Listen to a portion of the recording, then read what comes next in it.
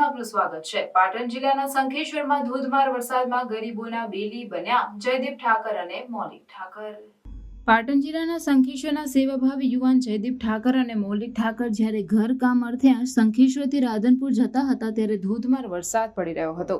ત્યારે સમી ગામની સીમમાં હાઈવેની બાજુમાં લગભગ 400 લોકો ઝૂંપડા બાંધીને રહેતા હતા। ત્યારે તેમના ઝૂંપડાની કોરો મોર પાણી જ ફરી વળ્યું હતું અને તેમને ખાવા પીવાની કોઈ જ વ્યવસ્થા હતી નહીં અને તેમના બાળકો કડકડતી ઠંડીમાં ઠૂઠવાતા મારતા હતા। ત્યારે જયદીપ ઠાકર અને મૌલિક ઠાકર ત્યાં ગયા એટલે નાના બાળકો દોડીને આવ્યા, કહેવા લાગ્યા, સાહેબ અમે બહુ વરસાદમાં આવી ગયા છીએ અને 2 દિવસથી કોઈ ખાધું નથી અને અમારે ખાવાનું કાંઈ જ નથી। ત્યારે જયદીપ ઠાકર અને મૌલિક ઠાકર તરત જ સમી ગામમાંથી ફૂડ પેકેટ અને બિસ્કિટની વ્યવસ્થા પૂરી પાડી અને સાંજના સમયે ખીચડી, શાક અને રોટલીની વ્યવસ્થા પૂરી પાડી અને જણાવ્યું હતું કે કોઈ જ ચિંતા કરવાની જરૂર નથી। જો વરસાદ વિરામ લે તો ભલે, નકર અમે તમને ખાવા પીવાની કોઈ જ તકલીફ પડવા નહીં દઈએ। Crime news Gugaji Thakor.